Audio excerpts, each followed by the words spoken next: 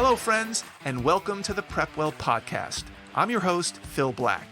And if you have an 8th, 9th, or 10th grader with big aspirations, like the Ivy League, or military service academies like West Point, ROTC, or athletic scholarships, boom, you've come to the right place. My specialty, my superpower, if you will, is preparing families for these competitive programs. I'll teach you what your child should do, when they should do it, and how you can help. So stick around and prepare to out-prepare. Hello, friends, and welcome to the PrepWell podcast. In today's episode, I want to give your child and you an idea of what you should be thinking about as we enter the new school year and this new reality. And I will go grade by grade, 9th through 12th. So if you have a child who's in 10th grade, for instance, feel free to fast forward to that specific section and listen to exactly what's relevant for you. And you can find those timestamps in the show notes. Okay. As we all know, there's a lot going on today when it comes to schooling and college admissions. New teaching methods, new learning methods. There's Zoom sessions, at-home school, in-school school, hybrid programs. College is moving from test optional to test blind. Let's see how this all shakes out. Let's see how these developments are impacting each grade and talk about strategies to deal with them. But I'd first like to start with a very macro view of a trend that we've been seeing, a trend that we talked about last week's podcast about the UC school's decision to go test blind. And let's see how that trend might extend into the future. If this trend continues, chances are that the use of scores on the SAT, SAT subject tests, ACT, and AP exams will start to get phased out, if not completely eliminated, out of the admissions process. As I noted last week, unless something changes, all UC schools, and there are 9 of them, will be going test blind. Not test optional, test blind for this upcoming admission cycle. Yes, the one that starts in about 2 months. Which means that if you have or will have, before the November 30th deadline to UC schools, a strong SAT or ACT score that you spent countless hours studying for, in some cases the whole summer, or maybe even took a flight to another state to take an SAT test with a mask in an unair-conditioned gym, you will not be able to showcase that score. You are not allowed to include that score in your application. Just erase it from your body of work. Like it never happened. Poof. Everyone's the same. If you have not heard about this and are interested in how that might affect you as you apply to UC schools this year or next year, listen to last week's episode where I talk about it in a lot more detail. This trend, with many schools now moving to test optional and UC schools moving to test blind, has, of course, like many things, been accelerated by COVID-19. So let's now talk about how this might affect you and your family at each stage. Let's start with 9th graders. The goal right now for all of you 9th graders is to simply hang on for dear life. Duck and cover. Don't worry too much about your class schedule and the fact that you didn't get this honors class, or you didn't get the best bio teacher, or that your teacher still hasn't figured out how to use Zoom yet, because in the big scheme of things, this is going to make very little difference, assuming we get back to normal within a year or so. Try to ride this period out without getting too far behind, without getting too distracted or too disengaged. And I'm sorry that your first impression of high school has been plagued with so much uncertainty, but the good news for you is that there's plenty of time to recover. It's a big if you don't fall into a trap of poor study habits or laziness or a warped sense of what homework and accountability and schoolwork and hard work is all about. And these are the things that PrepWell Academy focuses on in September and October. We cover study habits and organizing your computer and creating productive study environments and doing the hard things first and assessing your interests and laying out exactly what colleges will be looking for down the road. So please, all of you PrepWellers out there, get into those short videos and take those lessons for action. It is difficult to give specific advice to ninth graders today because students are having wildly different experiences. Some are in school full-time. Some are in school 2 to 3 days a week. Some are remote from home 100% of the time. But there are some tips that will hold true no matter what your circumstances. Tip number 1, read. I've addressed this many times on this podcast and in your PrepWell videos because in my opinion and in my experience, reading and developing a love of reading, or at least something other than a disdain for reading, is the number one predictor of academic success in high school and on standardized tests, if we ever take those again. It's that important. And reading, by the way, is not affected by COVID. In fact, I would argue that COVID has increased your opportunities to read. It has probably given you more downtime for reading compared to the crazy pre-COVID days of round-the-clock extracurricular activities, volunteering, driving around endlessly from event to event. A lot of that craziness has been reduced with COVID.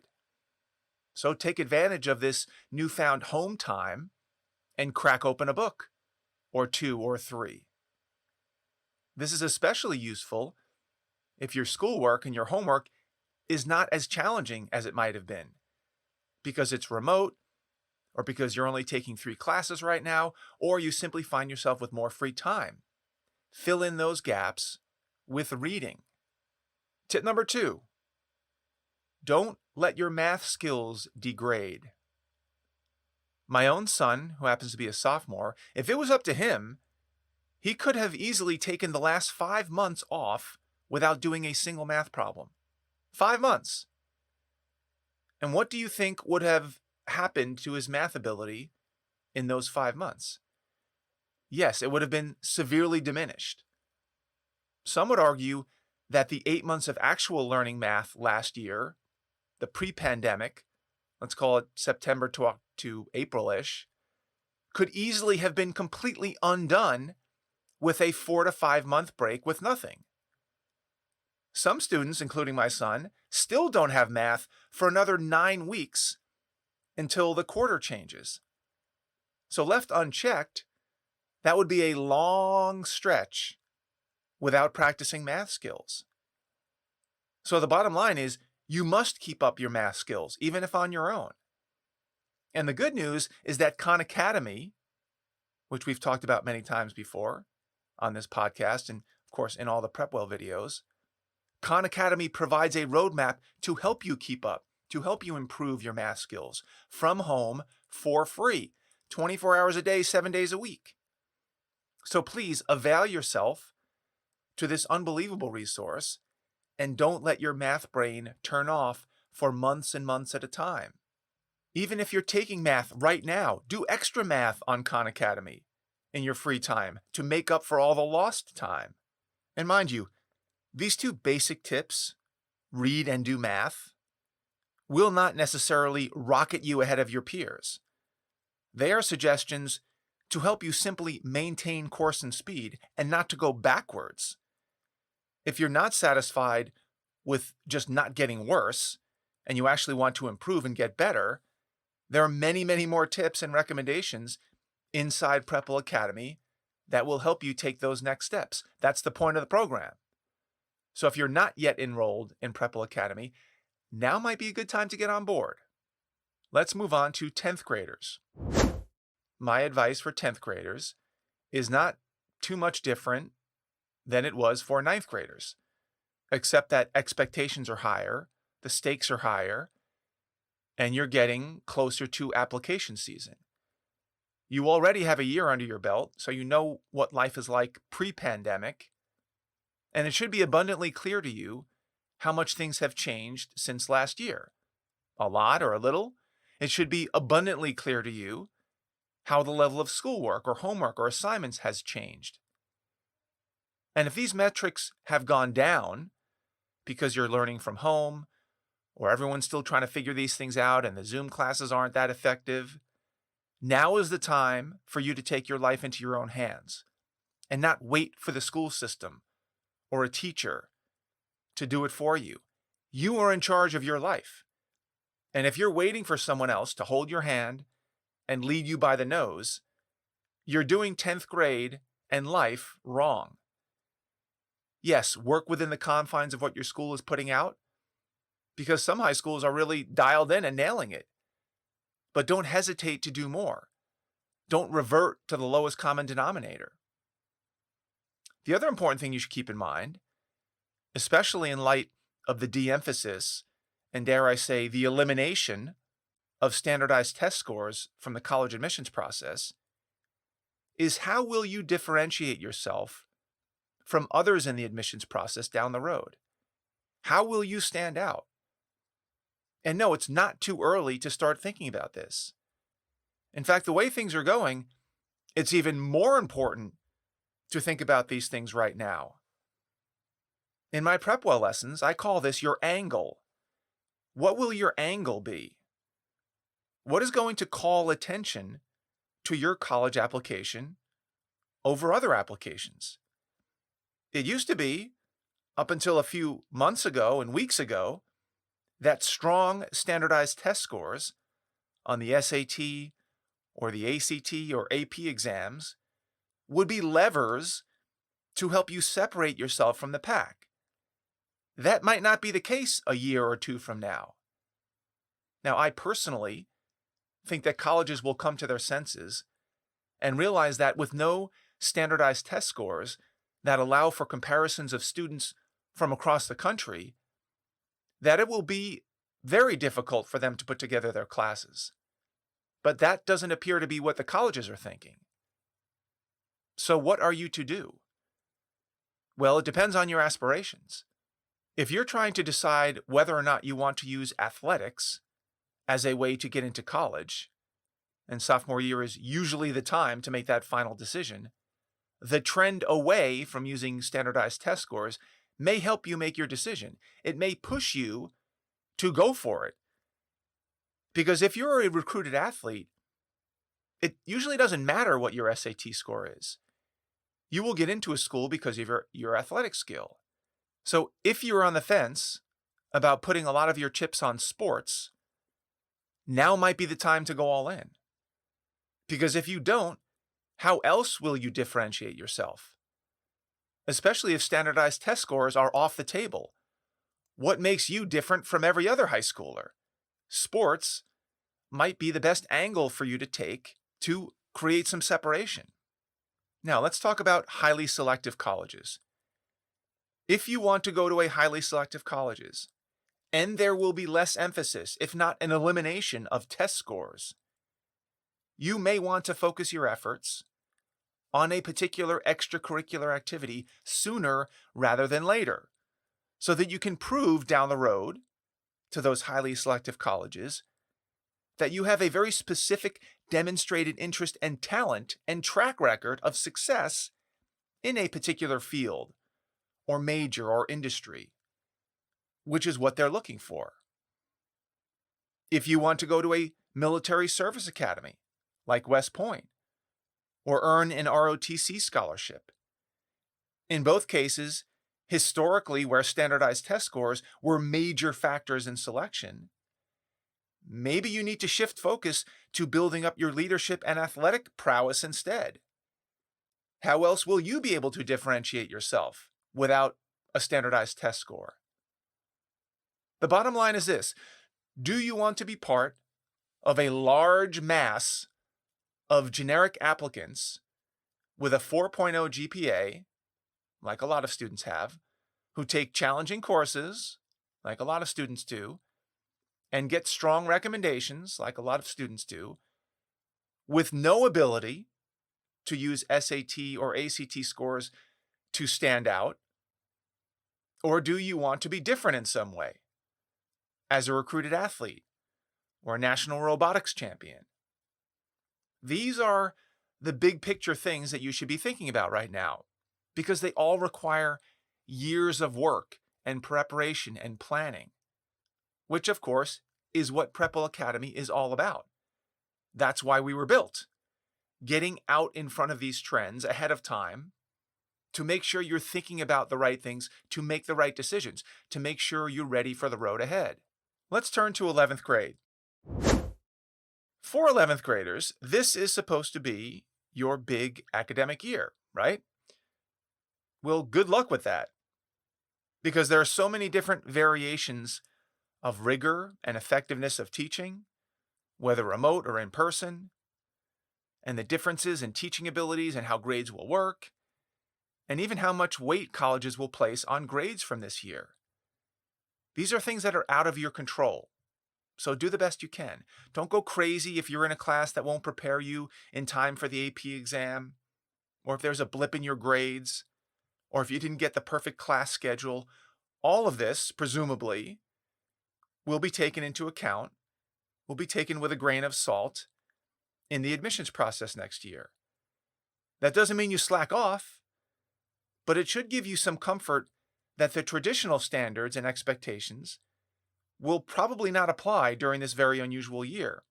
Now, this doesn't give you a pass, because we may be back in school sooner than you think, and then game back on. So don't count on the pandemic lasting forever. And regardless of the pandemic, the better you perform and the more you shake off this tough environment and continue to strive and excel, the better. So it's still important to stay on track and do all of the things that you're learning in PrepWell Academy, identifying teachers who will write you letters of recommendation in June, trying to secure leadership positions, doing well academically, continuing to think about what extracurricular activities will best demonstrate your angle in admissions, and keeping your head down. When it comes to standardized testing, namely the SAT and ACT, despite the trend away from using these scores, I still think it's worth it to push ahead and try to get a solid SAT or ACT score under your belt before the new year. Obviously, this depends on whether you can find a testing site. And I know it must be tough to get motivated to perform well in these tests when the UC system, for example, claims it's going test blind, where they can't look at these scores. But you have to hope that the UC system will be an outlier, at least for a few years. Most schools have moved to test optional for the next year or two, but that still gives you the opportunity to show the school how well you did on one of these exams. If you have the discipline to study and perform well on one of these standardized tests, I still highly recommend doing it. After all, what's left? Lots of students have 4.0 GPAs or better. Lots of students take honors in AP classes. Lots of students get strong recommendations. Without standardized testing, tens of thousands of students look about the same. And that's not where you want to be. And maybe this goes without saying, but please make sure you're engaging in your weekly PrepWell videos. These will provide your rudders to keep you consistently on the right path. And finally, 12th grade. For all you seniors out there, if you still don't have a good SAT or ACT score, or one that you're proud of, try your best to get one if you can.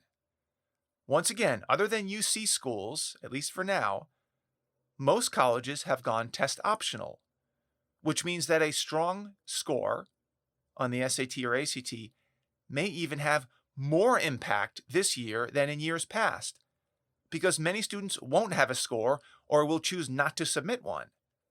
So keep the faith. For those applying to UC schools, let's hope that this temporary injunction and test blind business gets overturned. In the meantime, they just announced the list of National Merit Scholarship semifinalists based on the scores that you received on your PSAT that you took in October of your junior year. The students on this list represent less than 1% of the seniors nationwide who took the PSAT last year. In effect, they scored better than 99% of their peers who took the same test. And I was happy to see and hear that we have several PrepWellers, including several PrepWellers from California, on that list, which I hope will give them an additional boost in their applications, especially if they intend to apply to UC schools. Why? Because while UC schools are threatening to go test blind to SAT and ACT scores, they are not forced to go blind to PSAT scores. Because remember, the PSAT was given pre-COVID, and everyone had the chance to take the test. So they should be able to see it and use it for evaluation purposes. Once again, there will be ups and downs in life, but preparing ahead and striving for excellence and doing the best at all times normally pays off. And hopefully this is another one of those times for these students on that list where it'll pay off. All right, let's shift gears to the Common App. At this point, you should be done with your Common application, including the main Common App essay or personal statement. Make sure you have someone read over that personal statement, proofread it. Of course, make sure you're in the word count and the character limits all across the Common App, and let's get that done. If you're not there yet, please get there as soon as possible. Because now it's time to turn your attention to your target list of schools so that you can begin writing your supplemental essays. Inside the Common App, when you select the colleges you intend to apply to, each of those colleges will have their own set of supplemental essays, in most cases. It's important to get started on them now. Supplemental essays are, I would argue, even more important than the main Common App essay. In terms of strategy to attack these essays, I like to have my private PrepWellers start with their reach school, that in many cases they are applying to in the early admissions round. That ensures that they have enough time and energy to do a great job because they're going to need it for a reach school. And it also provides a great foundation to work on subsequent essays for other schools. And keep in mind, it's always toughest to get the first set of supplemental essays done, but hopefully they'll get easier. After all, you've worked out a lot of the kinks, you found your voice, your best stories, you're well practiced in writing and editing, and you may even be able to repurpose some of those essays for other schools. The next few weeks will be an exercise in refining your target list of schools, prioritizing which schools' supplemental essays to work on first and second and third, deciding if you should apply early action or early decision, and making steady progress. And of course, staying organized. This process should be well underway by now. And by the way, very soon in October, the FAFSA form will become available online. That's the form for parents and families who are applying for financial aid. So keep that in mind. There are a lot of important checkpoints in the coming weeks. So please, watch your PrepWell videos to get the detailed blow-by-blow instructions and guidance on what you should be focused on and when. That's all I've got for you today, folks. Thank you for tuning in. If you know a parent with an 8th grader, 9th grader, 10th grader, 11th grader, 12th grader in high school that might find this helpful, please share the episode with them. You can do that by finding that small box with a tiny arrow pointing up. That's the share button. Click that button, text your friends the link to this episode with a little personal note from you asking them to give it a listen. Of course, if you have questions, comments, or ideas for an upcoming episode, please reach out to me by email. You can DM me on Instagram. Check out my blog. Connect with me on Facebook or LinkedIn. I would love to hear from you. Until next week, goodbye, good luck, and never stop preparing.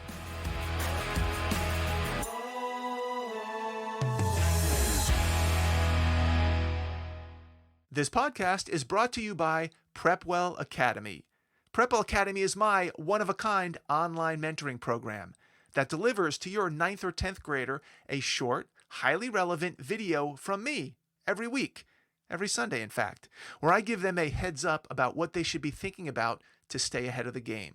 To get these valuable lessons into your child's hands, please head over to PrepWellAcademy.com and enroll your child today.